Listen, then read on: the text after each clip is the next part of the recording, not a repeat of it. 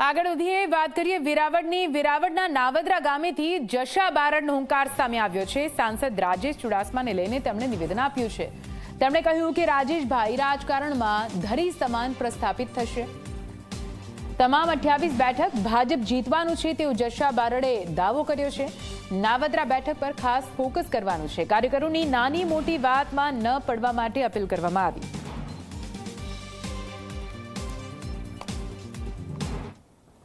રાજેશ ચુડાસમા દિલ્હીના તખ્તા ઉપર અને ગુજરાતના આવતા રાજકારણમાં મુખ્ય ધરી તરીકે આવવાનો પ્રસ્થાપિત થવાનો છે। કોઈ તાકાત એને રોકી શકવાની નથી।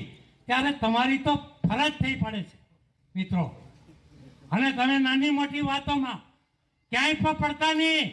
આ જિલ્લા પંચાયતની બેઠક એ રાજેશ ચુડાસમા 28-28માં એનું નામ રહેવાનું છે, પણ નાવદરા જો ગઈ ને તો સમજો કે તમે બટવો લગાડ્યો છે મિત્રો।